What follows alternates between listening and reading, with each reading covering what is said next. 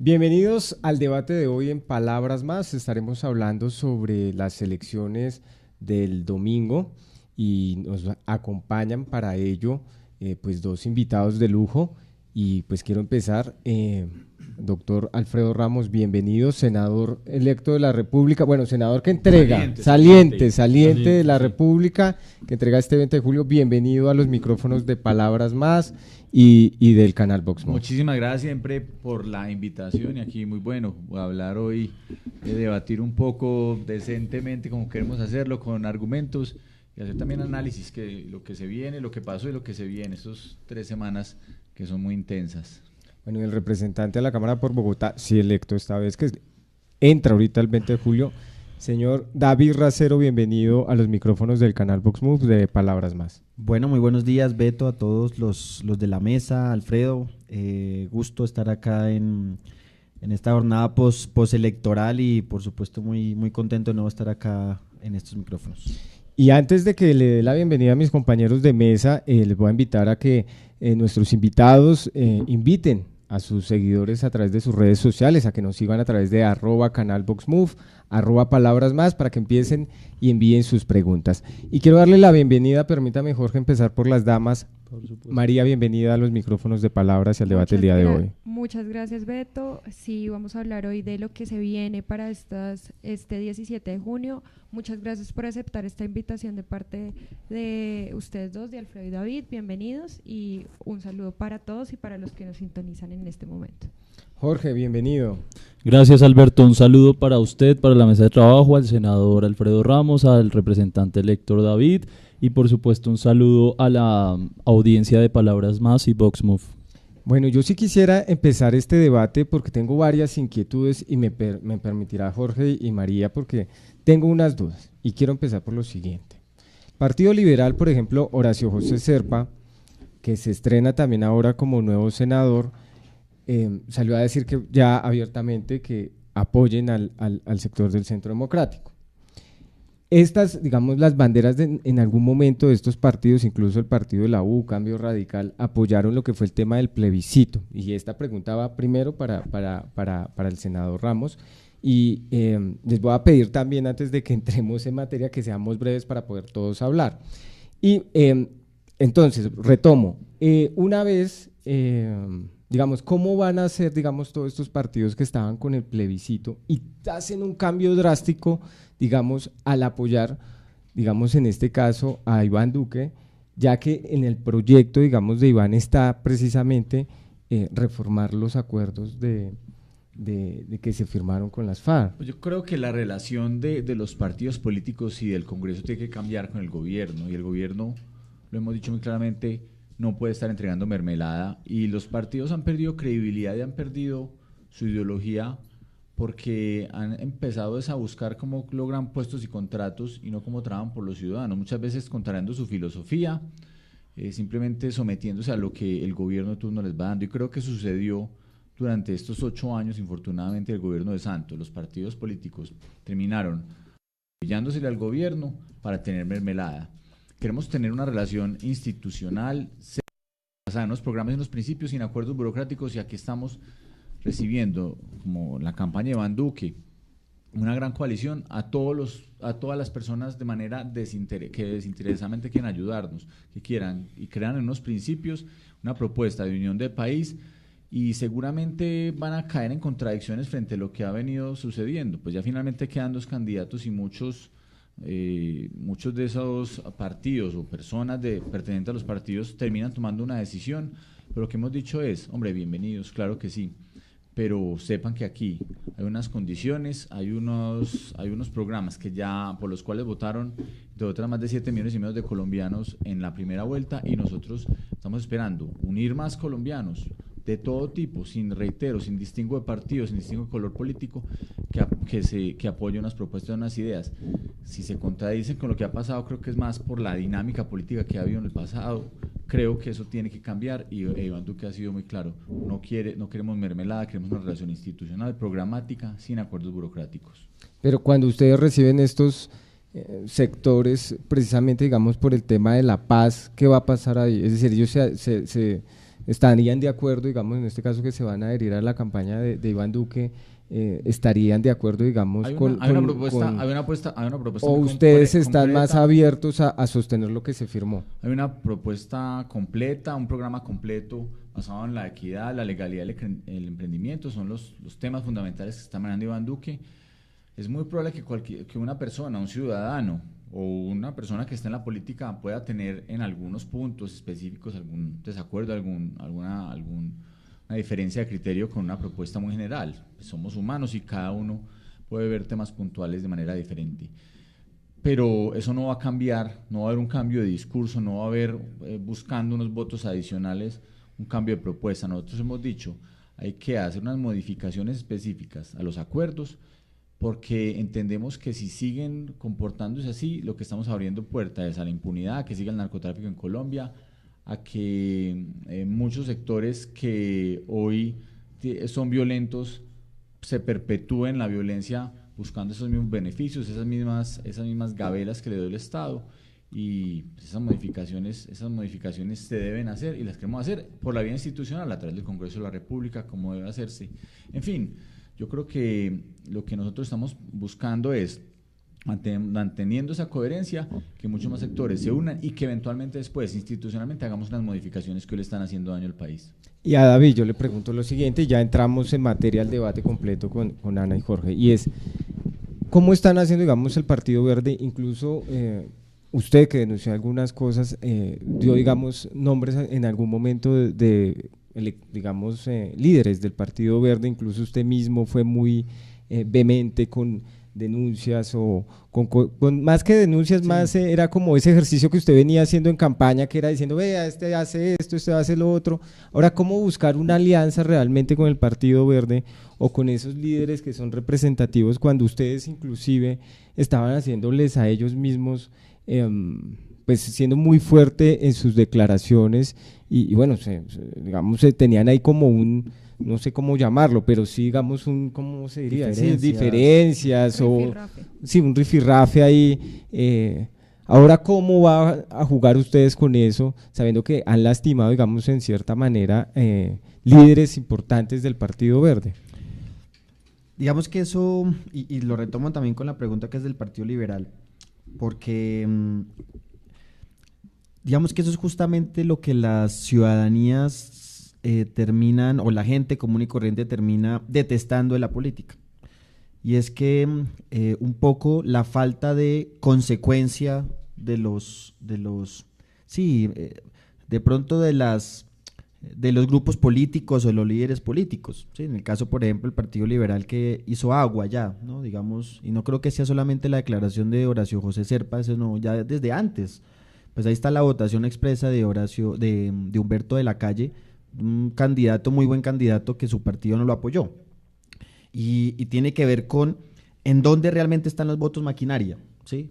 Si los votos maquinaria en dónde se concentraron en esta primera vuelta y sobre todo dónde se van a fortalecer para la segunda vuelta, que creo que eso hace parte del debate que por supuesto nosotros queremos plantear, porque lo que está ahí detrás es, nos vamos a unir por un ejercicio de mecanismo político, de intereses burocráticos, de intereses que no necesariamente responden a principios de país, a visiones de país, a proyectos de país, y un poco como decía el senador, claro, hay diferencias, y eso es normal, tiene que haber diferencias entre pues para eso son los diferentes partidos y las diferentes líneas ideológicas, pero ¿qué tanto esas diferencias son el centro o el meollo de lo que son los proyectos de país? Por ejemplo, el tema de paz. El tema de paz no es un tema más en la agenda, digamos, ¿sí? No es un tema más como otros más que uno puede tener diferencia, que eso es lo que tenemos con el Verde.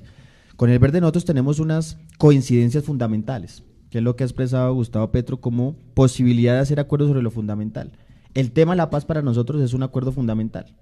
Y pese a que yo tengo diferencias con muchos del Partido Verde, temas como la corrupción y temas como el proceso de paz y la defensa de la paz para nosotros son la esencia misma de lo que necesita el país de aquí en adelante. y sobre eso construimos. Ese es un acuerdo sobre lo fundamental del país que queremos. No corrupción, no clientelas y una apuesta profunda por defender los acuerdos de La Habana y profundizarlos. Y si esos dos son los elementos principales de nuestra visión de país, con la visión de país que proyecta el Partido Verde, pues eso lo expresó también Fajardo. Vamos, no estoy hablando más allá de lo que realmente hace parte de la médula estructural ósea del Partido Verde. Hay sí las diferencias que ya pueden ser adicionales y las podemos tramitar. Pero si una cosa diferente, Beto, es eso, cuando por ejemplo, las diferencias fundamentales entre el Partido Liberal y el Partido Centro Democrático, que es el tema de la esencia misma en lo que está en debate, que es el proceso de paz, le deja a uno como, sí, que tantas esas contradicciones en la política hace que se desencante justamente la ciudadanía, y qué es lo que los termina uniendo un poco más, sus visiones de país o unos intereses concretos electorales, que hace parte de la fauna de la política en el país. María y Jorge. Bueno, Alberto, yo quiero pronunciarme, con el permiso de María, me pronuncio sobre dos cosas que mencionan nuestros invitados. Uno, la pregunta que usted hacía para generar gobernabilidad, cómo van a hacer esa relación con el legislativo en un escenario hipotético de Iván Duque en la presidencia. Mire, se ha vuelto de moda y me parece, y se lo reprocho a todos los políticos, decir que la política se hace sin políticos, mejor dicho, no, las maquinarias, eso no lo conocemos, los políticos tradicionales, no, tenemos que decirle a la gente, la política se hace con políticos, y claramente deben haber unos acuerdos programáticos, unos acuerdos en todas las instancias. Es más, yo recuerdo mucho el debate de RCN donde ya sea Claudia Gurizati o José Manuel Acevedo le preguntaban a Humberto de la Calle cómo iba a combatir la mermelada, y él respondió con mucha sabiduría y les decía, mire, es que acá no está mal que el congresista vaya y gestione recursos e inversión para sus regiones, para sus departamentos. Lo que está mal es cómo lo está haciendo, que después está queriendo sacar partido económico y pues sacar réditos de todo tipo en ese tipo de inversiones. Ahí sí debemos centrar la atención, pero que los congresistas trabajen por sus regiones es apenas natural, que intenten llegar a acuerdos con el Ejecutivo. Ese es el tejemaneje político, y con esto no estoy queriendo justificar el status quo, ni mucho menos que me vayan a malinterpretar de, el todo vale y la corrupción. Ahora, frente a lo que usted decía, que Alberto le preguntaba, bueno, ustedes fueron muy críticos con el Verde durante campaña y ahora están tendiendo puentes, pues eso se ve en un contexto electoral, eso es típico del contexto electoral, le buscan la paja en el ojo ajeno. Entonces también pasó un poco entre el uribismo y Germán Vargas Lleras, pero bueno, ahorita lo que empiezan es a buscar acuerdos programáticos, temas fundamentales. Petro en estos días ha sido muy particular porque ha citado mucho a Álvaro Gómez Hurtado sobre el acuerdo sobre lo fundamental, lo cual me parece muy bien. Y pues nada, desde que los acuerdos sean programáticos y no sean transacciones burocráticas, pues maravilloso. María. Bueno, sí, acá definitivamente uno ya está viendo las alianzas y cómo se va consolidando todo el panorama político. Pero lo que yo le quería preguntar al senador, lo primero es, ¿cuáles son las modificaciones? Porque yo me tomé el trabajo de leer las propuestas de Iván Duque, y las modificaciones pues solamente hay una, digamos que es como no poner el delito, digamos, conexo político, el del narcotráfico como delito conexo al delito político. Exactamente, pues. Pero eso no podría ser retroactivo, ¿no? Digamos que una ley de la República pues se supone que no puede ser retroactivo, sino que se tiene que consolidar en este momento, cuando se está consolidando la JEP, cuando se está haciendo todo este tema de la justicia transicional. Entonces, ¿cuáles son exactamente primero las modificaciones? Porque estamos viendo más bien que Duque no tanto se inclina hacia las modificaciones, sino a hacer cumplir los acuerdos, que si usted delinque se va para la cárcel, si delinque, digamos, en los marcos que no están estipulados en la justicia transicional. Y por otro lado, pues definitivamente hay tres fuerzas políticas en Colombia, que es la del santismo, que es, digamos, la continuidad, la del cambio de modelo, digamos, de modelo económico, de extracción productiva, todo eso que propone Gustavo Petro, y el otro tema es el tema de la seguridad, de la innovación que está proponiendo Duque. Digamos que en este tema, con Duque, pues estas personas que están cercanas al santismo son personas también que cuentan con digamos, como con un poder político, en el sentido de la cantidad de congresistas que tienen, digamos, todo este tema político ¿cómo van a quedar ellos en un gobierno de Duque? No estoy hablando de burocracia, pero independientemente de cualquier cosa, pues también para tener una buena gobernabilidad, pues Duque debe hacer alianzas, ¿no? Y tenerlos de amigos. Entonces, ¿cómo quedarían ellos ahí? Es decir, ¿ellos entran por la puerta de atrás o cómo se va a hacer eso? Y finalmente, ¿va a haber mermelada en el gobierno de Duque? ¿Usted qué dice? Comencemos. Primero, el tema de modificaciones. Así muy breve, intentaré ser lo más preciso.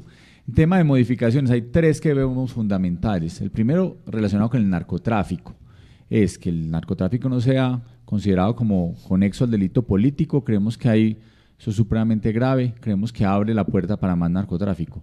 Segundo, la erradicación obligatoria de cultivos ilícitos, porque dentro de muchas de las decisiones que tomaron era que fuera voluntaria, y ahí vemos ya lo que ha sucedido, 250.000 hectáreas de coca en Colombia, ahí hay que hacer unas modificaciones precisas.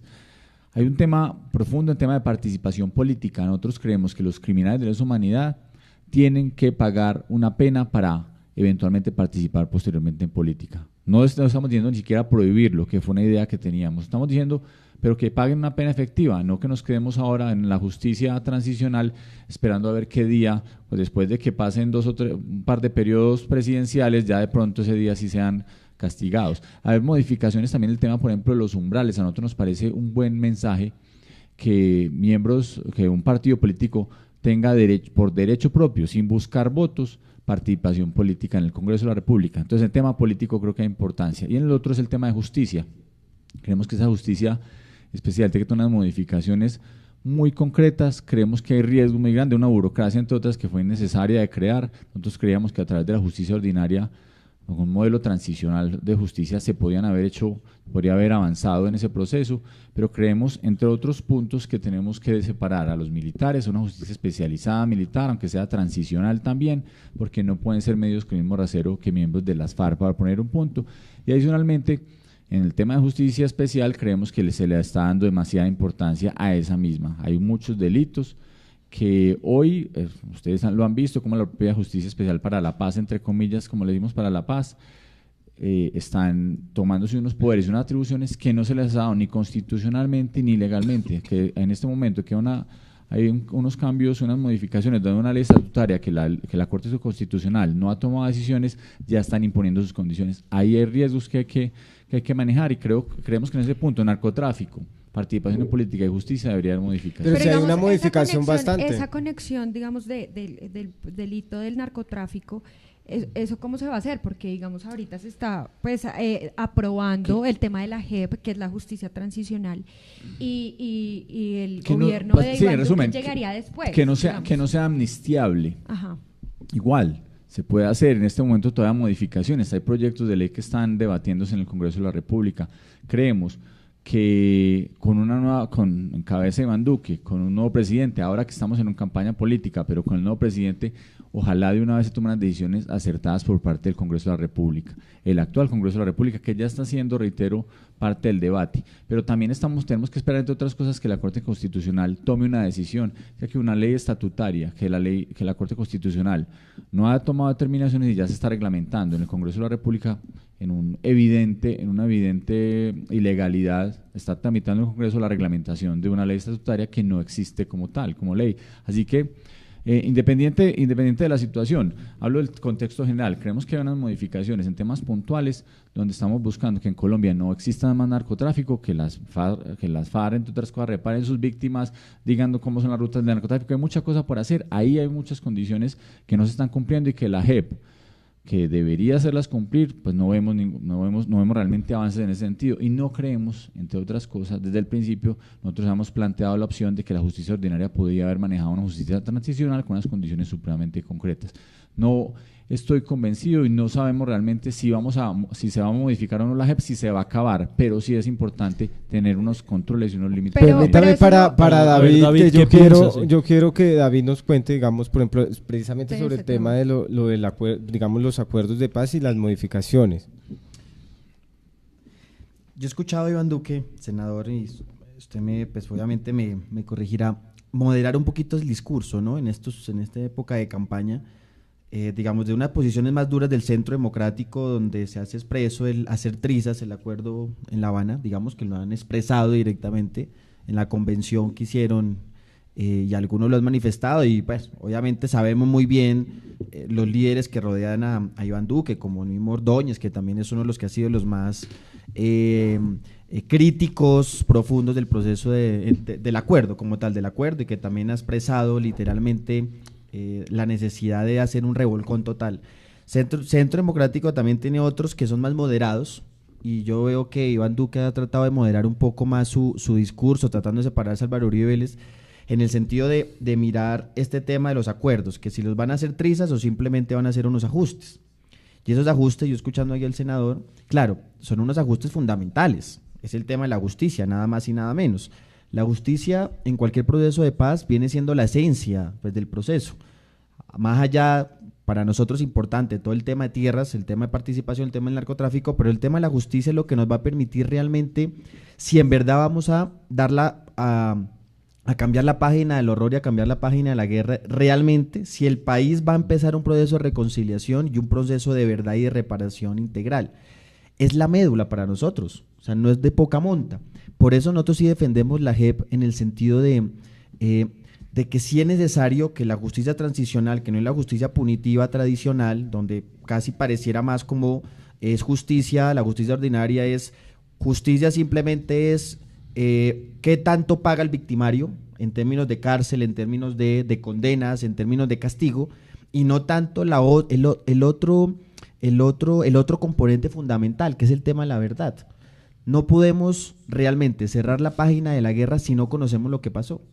Y eso varios lo han planteado, con lo que pasó con el proceso de movilización con el paramilitarismo. ¿De qué nos sirve a nosotros los líderes narcoparamilitares extraditados a Estados Unidos cuando no sabemos hoy en día qué fue lo que pasó con eso? ¿Sí? Y no es porque, no es una necesidad de volver a los odios y al pasado y a los dolores, sino que es justamente el no reconocimiento de lo que ocurrió en nuestro conflicto armado lo que va a permitir el reciclaje del conflicto. Y termino con esto, Beto y amigos y amigas. Nosotros en Colombia hemos sido expertos en desmovilizar grupos, en hacer procesos de DDR, desarme, desmovilización y reintegración, desde los 90, ¿sí? Todos los grupos han pasado, 16 grupos armados desmovilizados, desde grupos guerrilleros hasta grupos paramilitares, pero siempre se recicla el conflicto. Siempre pasa algo de que vuelven a surgir nuevos grupos. En su momento, con el proceso del paramilitarismo, pues, del gobierno Álvaro Uribe Vélez, se volvieron a reincidir del proceso de movilización de los paramilitares aproximadamente el 35%, lo que llamamos bandas post-desmovilización. Aquí hablamos de disidencias de las FARC, aproximadamente estamos hablando del 10%.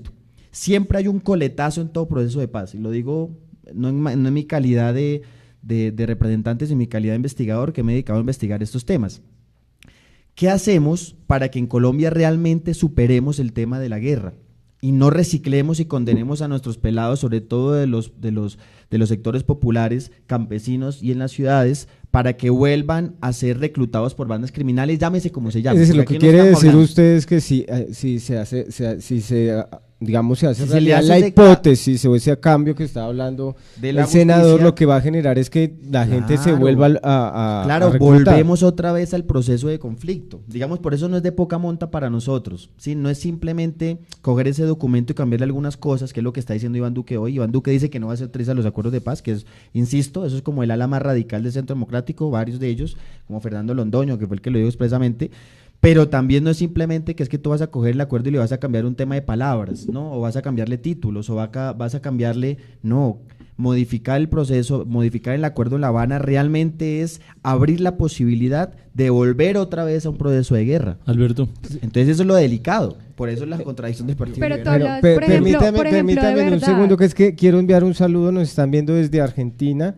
Entonces, a Xiomara Escobar me dice acá que le envío un saludo. Entonces, a Xiomara un saludo. Que nos diga por quién va a votar. Xiomara, en esta segunda vuelta, ¿quién? Bueno, Jorge.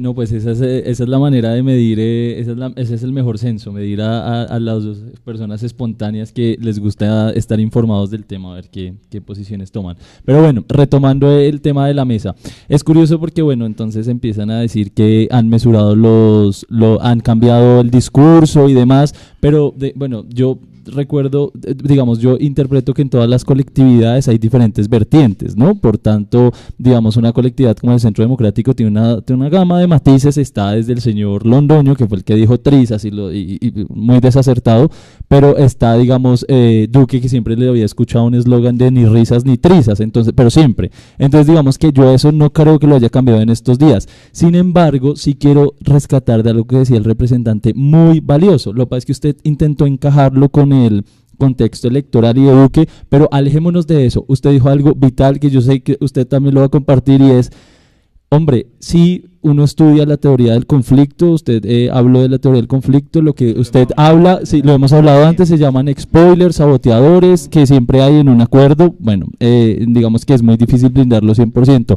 Ahora, ¿cómo desde sus dos eventuales gobiernos, ya sea un gobierno de Petro o de Iván Duque, vamos a hacer para recuperar los territorios, para la presencia de la institucionalidad del Estado colombiano en esos sectores donde por cuenta de la salida de las FARC están llegando unas nuevas bandas criminales, post-acuerdo le están llamando ahora a ustedes? Bueno, hay todos unos nombres sofisticados para hablar de la falta de recuperación del territorio y de la presencia institucional del Estado, que garantice que las nuevas juventudes, nuestros campesinos, no tengan que entrar a la lógica de la guerra, a la lógica del cultivo de coca y del narcotráfico. De varias formas, de varias maneras está dentro de la propuesta de Iván Duque. Primero, alternativamente, primero con materia de seguridad, es decir, más presencia del Estado con las fuerzas militares, con la policía. Hay muchas zonas en el país donde la policía prácticamente ni se ve. Uno va a un municipio amplio de 200 o 300 kilómetros cuadrados y tiene un turno con 3 policías. Es decir, si hay una pelea en un bar, en un restaurante, hay una pelea de 2 personas ebrias, ya con eso la policía está maniatada y no tiene manera de hacer presencia permanente. Creemos que hay que recuperar en materia de seguridad muchas zonas del Estado. Y segundo, una presencia grande en materia de inversión del Estado, con bienes públicos que ayudan al progreso del agro. Nosotros necesitamos mejores vías terciarias, hay una problemática enorme, necesitamos distritos de riego, requerimos centros de acopio, es una inversión grande en el agro para que se recupere el capital y el tejido humano, el capital y el desarrollo económico en el campo colombiano, paralelamente a un tejido social que infortunadamente se ha venido descomponiendo por muchos temas, la pobreza especialmente, pero también el desplazamiento por la violencia. Entonces hay que recuperar el agro con esa presencia institucional del Estado, reitero, seguridad por un lado, pero también una inversión muy grande. Temas de educación, por ejemplo, pues la escolaridad en el agro, en el campo en general, en las zonas rurales en Colombia es supremamente baja. Ahí no estamos viendo la diferencia, son 4 o 5, entre 3 o 4 años, depende de la zona, menos de escolaridad frente a las zonas urbanas. Sabemos entonces que en ese orden de ideas, la presencia del Estado pues va completa y es una propuesta que trasciende. Yo creo que el discurso de la paz o no, creemos que Colombia tiene que hacer una apuesta enorme a través de la recuperación del agro como desarrollo económico, como el futuro del desarrollo económico en Colombia, reitero, con los bienes públicos por un lado y a través del fortalecimiento institucional, crediticio, tecnológico, etcétera, para que allá exista el futuro de Colombia. Y por el lado de la Colombia humana. Me gusta que toquemos ese tema porque yo quería hacerle una pregunta acá a nuestro invitado y es el tema del modelo económico, porque Gustavo Petro ha hablado de un cambio de modelo económico. ¿Cómo va a ser él para atraer alianzas, digamos, por ejemplo, no sé, de una posible ala de Fajardo, digamos, porque Fajardo ya dijo que no se iba a aliar con nadie, pero sí adentro digamos, de ese movimiento independiente? ¿Cómo va a ser para atraer a esas personas que muchas no están de acuerdo con el cambio de un modelo económico? ¿Qué va a hacer Gustavo Petro en ese sentido, para poder atraer políticamente a esas personas que, digamos, no están de acuerdo con eso?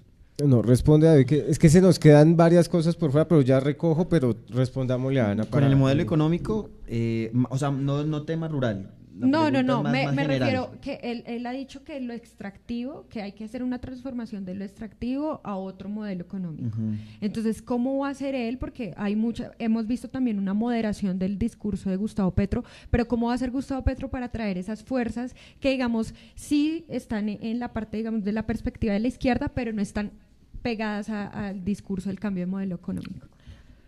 Bueno, digamos, lo del modelo económico va ligado a nuestra visión de desarrollo que, como lo planteas, no podemos, es un reconocimiento en este momento de que el petróleo se nos está agotando, ¿sí? No sé, algunos dicen que 6 años, otros dicen que 10 años, que con el tema del fracking se pueden sacar los cunchos del petróleo, pues con inyección de agua, las rocas, pues para sacar el petróleo, pero esa es una discusión que no la está planteando Gustavo Petro, digamos, en primer lugar. Eso es una realidad a nivel internacional, una realidad del cambio climático que no nos lo inventamos, por más que muchos lo quieran negar a nivel internacional, y es la necesidad de nosotros plantearnos un proceso de transición, que eso debería ser un acuerdo sobre lo fundamental.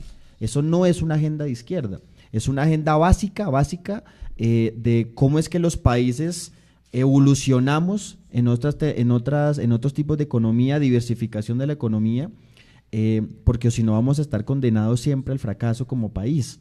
Es una visión realmente del subdesarrollo, porque es que eso no se lo inventa Petro de la noche a la mañana, eso lo están avanzando en países, los países desarrollados, por ejemplo, sí se han problematizado de aquí a 15, 20 años modificar casi toda su estructura de matriz energética. ¿Por qué nosotros no? ¿Sí? Entonces, digamos, primero, no es un tema de izquierda. Segundo, no es un tema que se inventó Gustavo Petro, porque el cambio climático es real. Tercero, el tema de la economía en nuestro país. Nosotros que siempre se ha dicho, somos potencia agroindustrial, todo el mundo lo dice y se llena la boca diciéndolo. Nunca ha habido una apuesta concreta, voluntad política desde el gobierno, desde el Estado, para realmente materializarlo.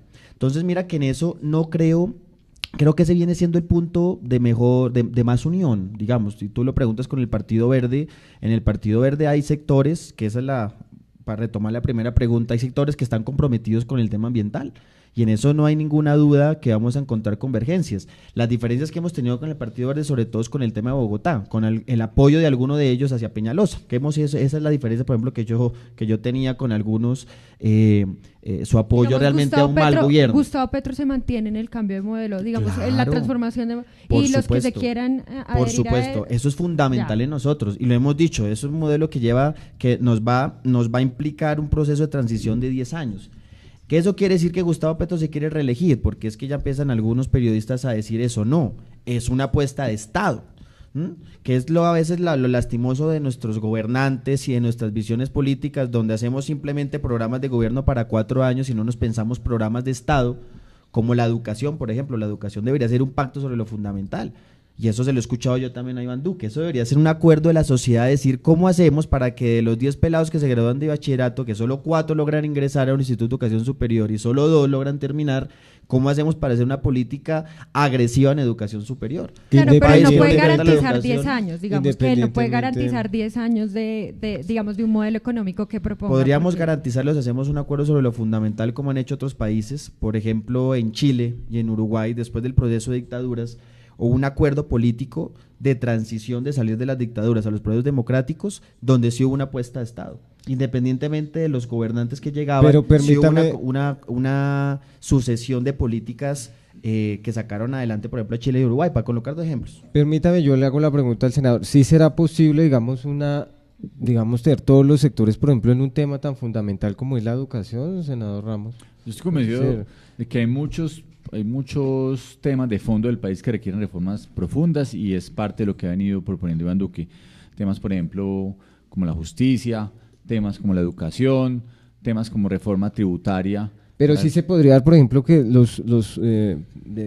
digamos, la Colombia Humana, el Partido Verde, el Centro Democrático se pusieran de acuerdo, por lo menos en el tema de educación, por ejemplo. En las propuestas de Duque, yo creo que son temas que a todos los colombianos nos competen. Yo creo que no habrá ningún partido que esté en contra de aumentar la jornada, para llegar a la jornada única escolar, para aumentar la cobertura de la jornada única escolar, para que, por ejemplo, todos los jóvenes salgan con una técnica cuando salgan del colegio, que sea pertinente cuando salgan de la educación básica, media, que los jóvenes los últimos 3 años salgan con una técnica para que puedan generar emprendimientos hacia futuro, para que tengan capacidad de trabajar después de que salgan del colegio. Esas son oportunidades profundas que pueden cambiar. Yo creo que no habría dificultades en fortalecer las universidades públicas. Parte del déficit de las universidades, casi ya 20 billones de pesos de las universidades públicas, que hay que empezar a corregir. En fin, yo creo que hay temas muy profundos, como por ejemplo, cómo mejoramos la calidad de vida de los profesores, de los docentes en Colombia, cómo los capacitamos, los formamos más,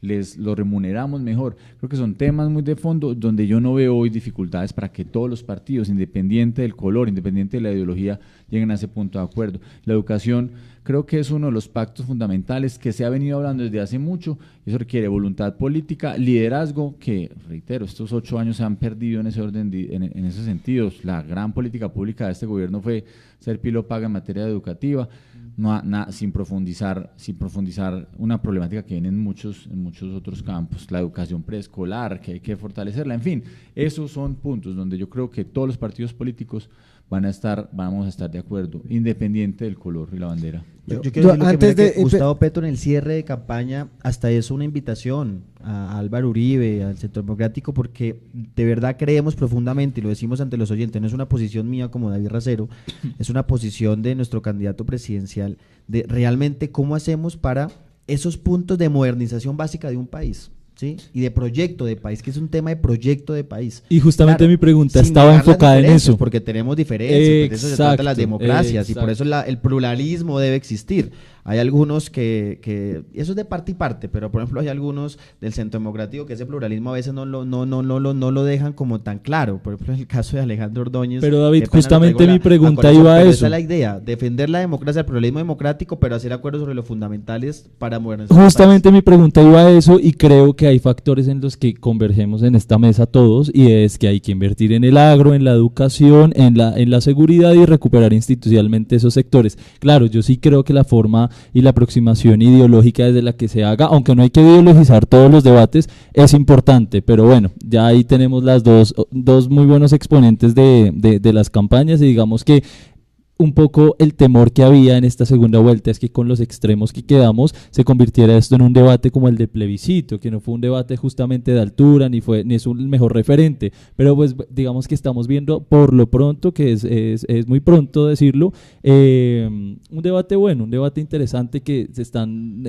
digamos que yo creo que la abstención se combatió, o sea, superamos el 50% de participación el día domingo, porque en este debate presidencial, en estos debates de coyuntura, no se cooptó toda la agenda, ni las FARC, ni la guerra, o la paz, como la quisieran vender, sino que hubo más conexión con el ciudadano, hablándole de educación, de salud, de empleo, de empoderamiento, del agro. Entonces, claro, ya dijeron, bueno, están hablando de cosas que me afectan directamente, pues salgamos y votemos por el que... Y me gusta hacia dónde quiere enfocar usted la pregunta, Jorge, y es... ¿qué mensaje dejaron estas elecciones con los resultados? Y quisiera empezar, no sé, David, ¿cuál fue el mensaje que quisieron dar los electores precisamente con los resultados Continuando del con Jorge, diría yo dos mensajes, como lo planteas, Beto. Primero, sí, un aumento de la participación, que creo que es un logro de la democracia. Digamos todos, que sí. Eso es, había un elenco de opciones, ¿sí? De todos los matices. Entonces yo creo que la ciudadanía se pudo haber visto interpelada por alguno de ellos. Lastimosamente todavía es muy baja la participación, 52%, la mitad, pero bueno, vamos creciendo, vamos aumentando. Creo que por lo que dice Jorge, hay otros debates más allá. El proceso de paz sí sirvió, ¿sí? Porque es que el proceso de paz lo que nos permite es justamente que salgan otros problemas sobre la mesa, que no es que no estuvieran antes, pero se ponen, como el tema de la corrupción, etcétera, que ya viene siendo agenda pública como un tema de debate en el que todos los candidatos se comprometen. Pero segundo, nos dejó otro mensaje que me parece mucho más interesante. Si usted se pone a mirar, podríamos nosotros plantear dos tipos de grupos de elección, ¿sí?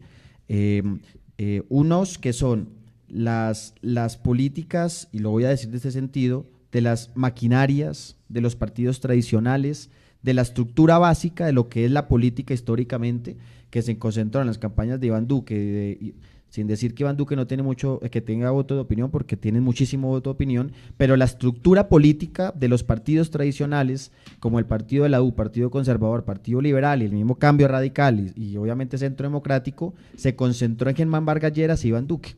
con una sumatoria aproximadamente de 8,5 millones, 9 millones de votos. Y unas ciudadanías libres, que son los que votaron por Humberto de la Calle, por Sergio Fajardo y por Gustavo Petro, que no mediaron en términos de maquinaria ninguna de las tres campañas, con una votación aproximadamente de 9,8 millones. Así que es muy interesante porque yo sí creo que hubo una polarización, si tú lo haces en ese tipo de agregado. Una votación que representa, a mi modo de ver, realmente una política tradicional y una votación de tres candidatos que reflejan una opción diferente de país, un anhelo diferente de país ubicado en estos tres candidatos. Y yo creo que eso va a ser la segunda vuelta. La segunda vuelta va a plantearse realmente o la opción de una votación por avanzar hacia el futuro, por el proceso de paz, por las ciudadanías libres que autónomamente votan, o el repliegue de la maquinaria, que yo creo que ya está. O sea, el gran fracaso de Germán Vargas Lleras con 1.400.000 votos es justamente porque ¿dónde está la maquinaria de Germán Vargas Lleras? ¿Dónde está la maquinaria de toda la costa Caribe? ¿Para quién se fue? ¿Cierto? Entonces eso digamos que tiene nombre propio. Yo creo que esas van a ser las dos diferencias para la elección del 17 de junio, como lo planteó Manuel. 17 de junio, sí. Senador Ramos, mensaje que dieron estas elecciones. Muchos. Primero, una gran victoria de la democracia, el aumento de participación. Es que en la primera vuelta solo votaban el 40% de los colombianos, ya estamos a más del 50%.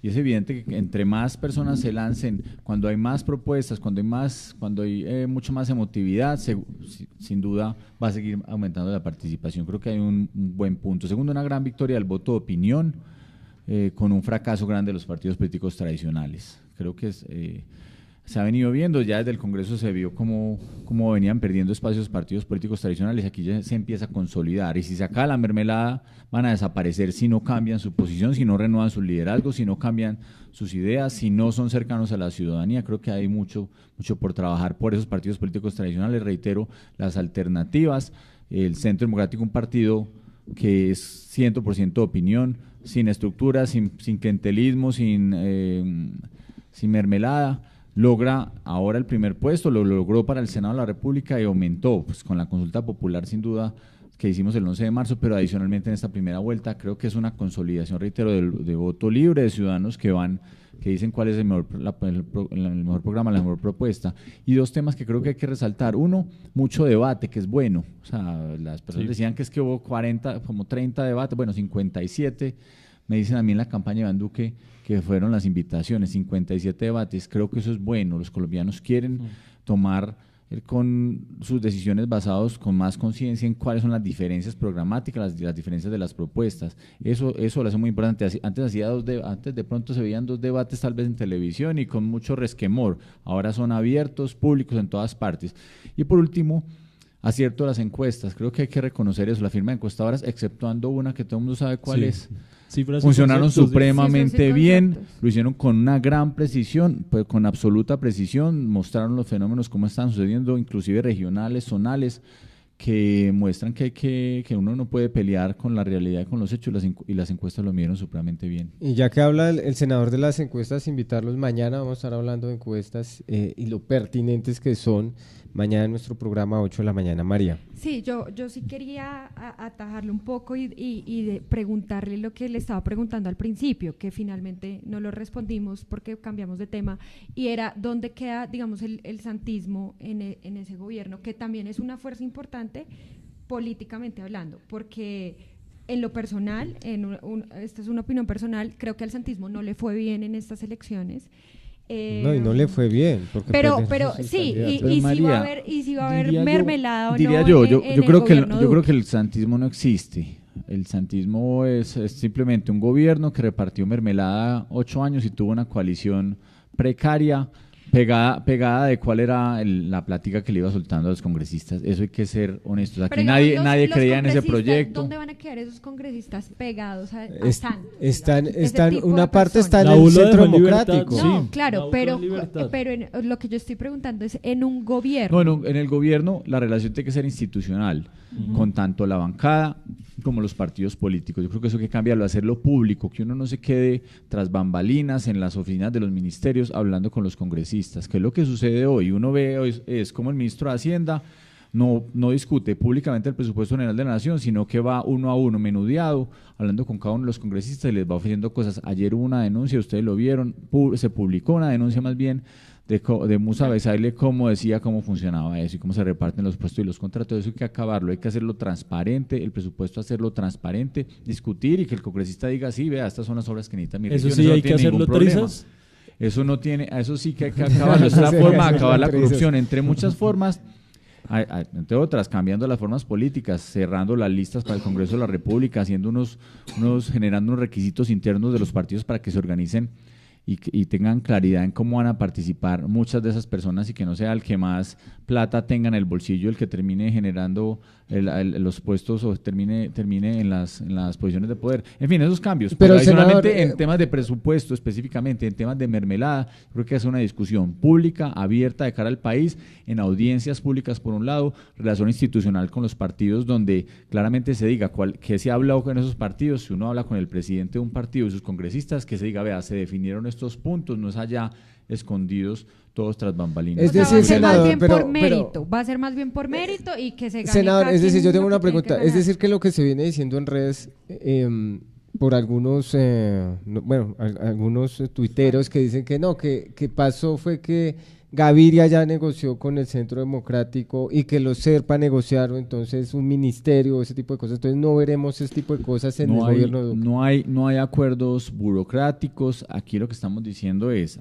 hay un programa muy serio basado en la legalidad, la equidad de emprendimiento de Iván Duque, 162 propuestas que uno podría quedarse debatiendo las horas y horas con mucha profundidad después de un diagnóstico muy claro y un recorrido muy profundo por el país, y eso es lo que estamos diciendo, bienvenidos, ayúdenos en este propósito, cambiemos las formas políticas porque es una de las reformas que hay de fondo, y el que quiera ayudarnos en ese propósito, aquí le abrimos las puertas con todo el gusto. Aquí no estamos diciendo que nosotros, si usted en su momento o en el pasado no apoyó las propuestas del Centro Democrático en materia, por ejemplo, del acuerdo de negociación de La Habana, pues usted no puede entrar acá. No, es decir, yo creo que hay momentos en que el país requiere cambios y modificaciones. Estoy convencido de que todos los partidos políticos saben que, por ejemplo, los acuerdos hay que hacerles modificaciones. Saben que en este país, por ejemplo, hay que hacer una nueva reforma tributaria que le aliviane la carga a las empresas y que se puedan generar más empleos formales. Yo creo que todo el país en este momento sabe que hay que hacer unas reformas profundas a la justicia para que sea transparente y que tenga celeridad, en fin, ese tipo de cosas. David y Jorge, David que me está pidiendo la palabra. Sí. Digamos, yo no, me perdonarán, pero digamos, yo no cuestiono las palabras aquí del senador Ramos, creo que es una persona completamente decente y yo le hice seguimiento como casi todos los congresistas en su labor legislativa, pero creo que también uno tiene que ser muy claro con la ciudadanía. Digamos, Iván Duque en campaña se ha relacionado con mucha gente que uno podría plantearse que genera dudas, ¿sí? Obviamente en campaña todos dicen que no van a estar, que nada de maquinaria, que todo tiene que ser programático, lo que hemos venido hablando durante la mañana. Pero es que aquí hay que reconocer la realidad, y la realidad es que aquí hay estructuras políticas que no funcionan así, estructuras políticas que simplemente están en función de realmente los cupos indicativos, etcétera, etcétera. Yo no me imagino el Partido Conservador como un partido que está debatiendo políticas del país. El Partido Conservador siempre cae de pie, yo no sé, siempre, en gobiernos liberales o gobiernos obviamente conservadores, pero siempre cae de pie, ellos siempre están. Ellos no pierden ni un senador, nunca han perdido un senador porque ellos saben muy bien cuáles son sus estructuras clienterales y políticas. Entonces, yo con todo respeto, pero y eso, digamos, lo podemos retomar mucho de Fajardo, ¿no? De que el que paga para llegas a robar. Entonces, digamos, uno dice, cuando Iván Duque se relaciona con personas como Alfredo Ape Cuello, representante de la Cámara vinculado a Heredec, hermano de Manuel Cuello, condenado por el carrusel de notarías, la misma senadora como Nadia Bleil, hija del Vicente Bleil, que fue condenado por concierto para delinquir, por narcopolítica, el Honorio Enríquez Pinedo, que es el sobrino de Miguel Pinedo, que es el excongresista del gobernador de Magdalena, condenado por parapolítica. Estoy diciendo los condenados, porque pues eso es, digamos, lo que está, que puede haber otro debate seguro. Hay que darle la Pero palabra al Entonces, digamos senador. que el papá, lo que yo ¿no? quiero De mirar, nadie hablé, no, no sí, de ella. pero eso es de lo que se trata. Aquí no estamos hablando de los procesos judiciales no se heredan, ¿no? Aquí no hay crímenes Claro, de de sangre, eso es sangre. obvio, completamente. Pero sí son estructuras políticas, que es lo que yo quiero plantear acá.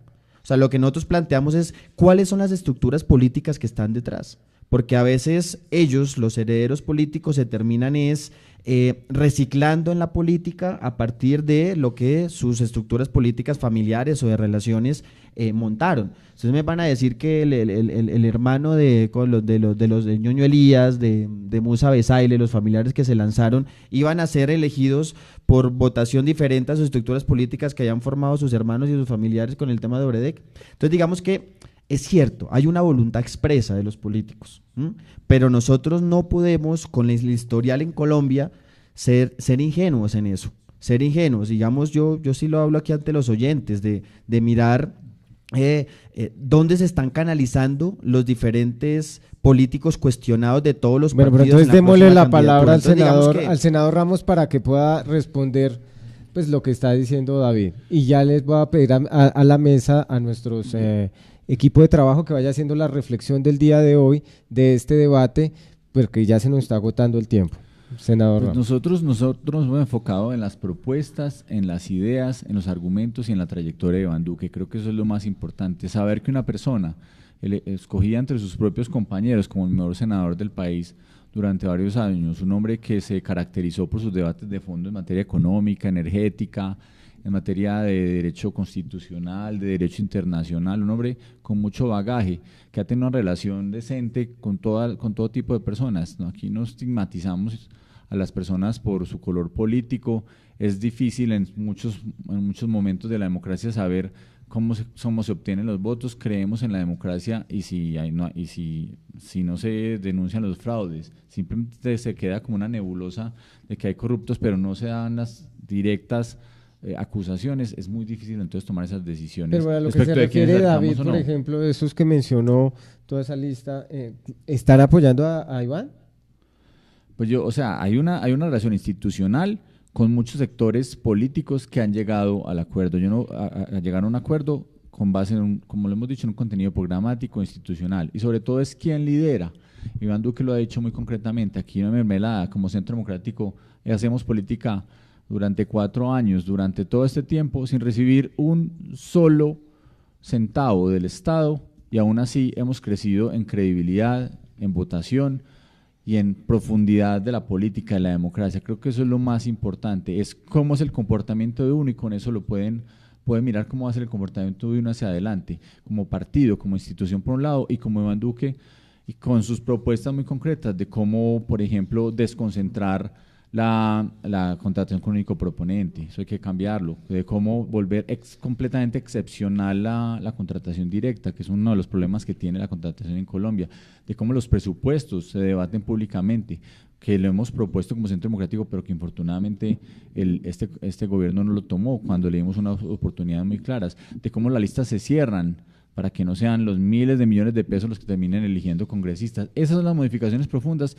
y todo el que llegue a ese acuerdo, que llegue a apoyar ese acuerdo, lo recibimos, y nosotros no queremos corruptos. Nosotros estamos completamente en contra de eso. Ojalá que se hagan las denuncias concretas sobre esas personas. Yo creo que con Iván Duque no va a haber ese riesgo. Nosotros no vamos a recibir acá personas que estén cuestionadas, corrompidas, que muchos, por ejemplo, senadores de la República actuales, con todos los cuestionamientos, que no apoyaron a Duque en la primera vuelta, yo no sé en dónde están, y seguramente no lo vamos a recibir en este partido y en esta coalición. Bueno, se nos está agotando el tiempo. Yo quiero ir cerrando pues con varias conclusiones. La primera es que yo entiendo el punto. Pero antes de la conclusión o la reflexión final, no sé si tengamos alguna cosa. Yo quiero cerrar un tema, usted nos hacía la pregunta de no había tenido la oportunidad de pronunciarme frente a los temas del balance, el balance de la jornada.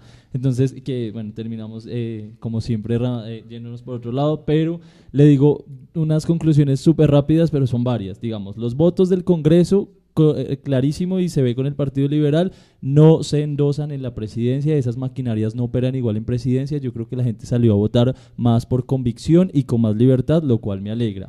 Los votos de Fajardo no son votos endosables, es un voto de opinión con mucha Pero autonomía y permítame criterio. que es que yo quisiera que hiciéramos lo siguiente, Jorge, y es, nos queda ya, digamos, poco tiempo, y lo que quisiera es, por ejemplo, que los senadores, el senador y el representante nos dijeran precisamente qué va a pasar con esos votos de Fajardo, brevemente nos cuenten qué va a pasar, y quisiera que Jorge y Ana hicieran una reflexión del debate, qué aprendimos o qué podemos dejar del debate del día de hoy, también en unos 30 o 40 segundos poder hablar sobre el tema. Entonces vamos a ir cerrando, y es, ¿qué va a pasar con esos votos de Fajardo, Jorge? Y le voy a preguntar al senador y al representante. Senador. No, es difícil. De su tierra, ¿no? Paisano suyo. Nosotros esperamos que los colombianos que votaron en la primera vuelta, que no votaron por Iván Duque y que por algún motivo estamos convencidos de que la gran mayoría quieren votar en la segunda vuelta, no se van a abstener, tomen la decisión más acertada para el país. Un candidato que defiende la institucionalidad, que defiende la democracia, que es un hombre serio, un hombre profundo, un hombre decente, un hombre que trata bien, que quiere ser el presidente de todos los colombianos. ¿Cómo logramos que con las propuestas muy concretas, como lo hemos dicho, uno de los 3 pilares de legalidad, equidad y emprendimiento, busquemos el apoyo y el respaldo de ellos? Lo vamos a hacer debatiéndolo directamente en las calles con los ciudadanos, con muchos escépticos, con abstencionistas, buscando su voto. Lo queremos hacer de la forma más decente posible, sin odio de clases, sin riesgos de que en el futuro de Colombia acabemos con la economía como base del desarrollo social, sin populismo ni estatismo, y creemos que esa sensatez, mirando y uniendo a los colombianos, sabemos que va a lograr que la gran mayoría de esas personas que votaron en la primera vuelta por otros candidatos o que no votaron en esa primera vuelta logren el respaldo hacia Iván Duque en estos pocos días que quedan, ya un poco más de 2 semanas. Estamos convencidos que así se logra, reitero, con el criterio, el carácter de un gran candidato como Iván Duque, un hombre con un comportamiento ejemplar y sobre todo con propuestas e ideas que defienden la democracia, defienden la institucionalidad, defienden la iniciativa privada. David. Para la pregunta puntual sobre Fajardo, 2 fueron las banderas principales de Fajardo, que fue la apuesta por la educación y la apuesta por la no corrupción y todo lo que implica la corrupción en sus diferentes modalidades desde la campaña electoral, porque él enfatizaba mucho que la corrupción llega a la política es por las campañas electorales.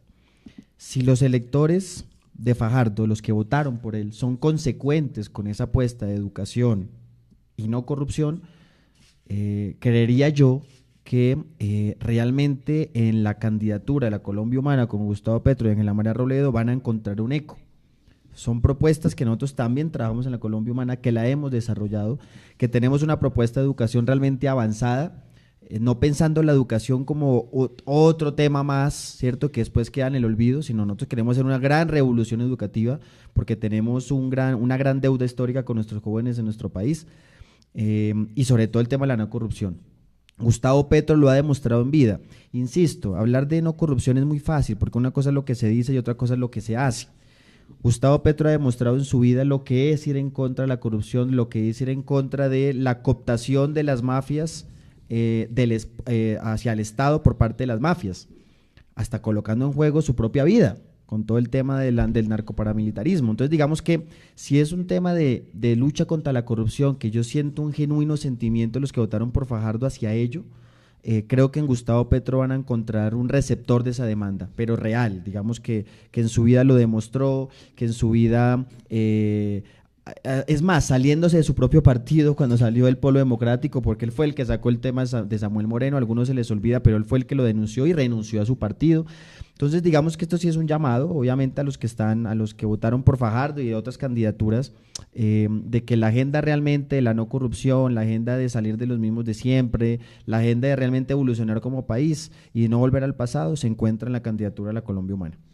Ahora sí, empezamos entonces con Jorge o con María. ¿Cuál quiere empezar? Una reflexión sobre el debate, okay. Sobre el debate del día de hoy. Pero primero yo quiero terminar con lo que estamos hablando y después terminar con la reflexión. Pues mira, nos queda, yo lo hago súper corto. Lo primero es que yo entiendo el punto que tú estás hablando, que es la preocupación de que hayan ciertas personas de dudosa procedencia pues en las campañas, pero es que yo creo que los políticos tampoco pueden controlar eso, es decir, ellos no pueden controlar que una persona como ciudadano, por ejemplo, el expresidente Gaviria vote por Duque, o que el día de mañana una persona como ciudadano, como Rodrigo, cualquier alto funcionario de las FARC, alto, digamos, líder de las FARC, vote por Gustavo Petro, ¿no? Entonces yo creo que eso es algo que se sale de las manos de los políticos. Pero una cosa es que vote, y otra cosa es que coloque se todo. nos abre otra vez el debate, se nos abre otra vez el eso- debate, era lo que pero no la quería. estructura política, lo que está detrás. La conclusión, La reflexión. la reflexión es que primero tenemos una ciudadanía más informada y eso no cabe duda. O sea, hay una ciudadanía que se interesa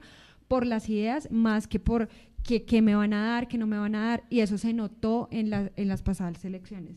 Lo segundo es que la registraduría salió muy bien, a pesar de todas las denuncias que se hicieron de fraude, la registraduría salió ayer con un comunicado diciendo que no había fraude, que habían 3 formatos y que se habían corroborado todas las investigaciones, que no había fraude, de manera que la registraduría yo creo que es el gran ganador de esto. Y la tercera política es que creo que los 2 candidatos del santismo, de Santos, que era Humberto de la Calle y Germán Vargas Lleras, no necesariamente por la burocracia de Germán Vargas Lleras, también una parte porque se acercaba mucho a Santos con su vicepresidente Pinzón, no salieron favorecidos en estas, y yo creo que es un poco el reflejo del descontento que tenía la población hacia el gobierno. Y del debate, y Hay la tres- reflexión del sí, debate. que hay del 3 debate. joyas de la corona, una es su tierra, otra es la suya y la otra es la costa Caribe. Exacto. Antioquia, Bogotá y la costa Caribe. Antioquia tuvo una tendencia muy marcada para Iván Duque y Petro no le fue muy bien.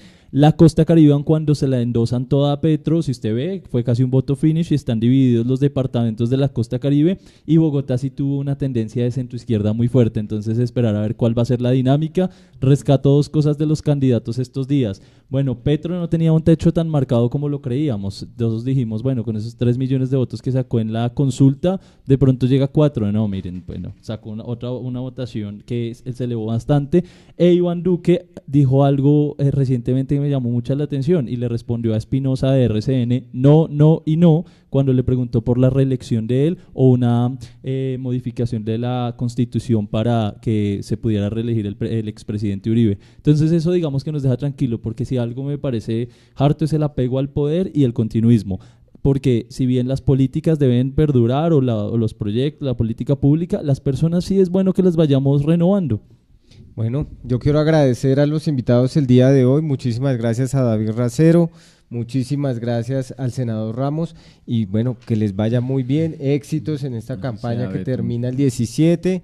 Y bueno, quiero agradecerles a los que nos vieron el día de hoy, nos enviaron saludos desde Canadá, desde Australia, Argentina. A todos ellos muchísimas gracias por conectarse. Recuerden seguirnos en @palabrasmas y @canalvoxmove. A nuestro director William Mesa, a Fernando, muchísimas gracias y nos vemos el día de mañana, 8 de la mañana. Chao, pues. Muchísimas gracias.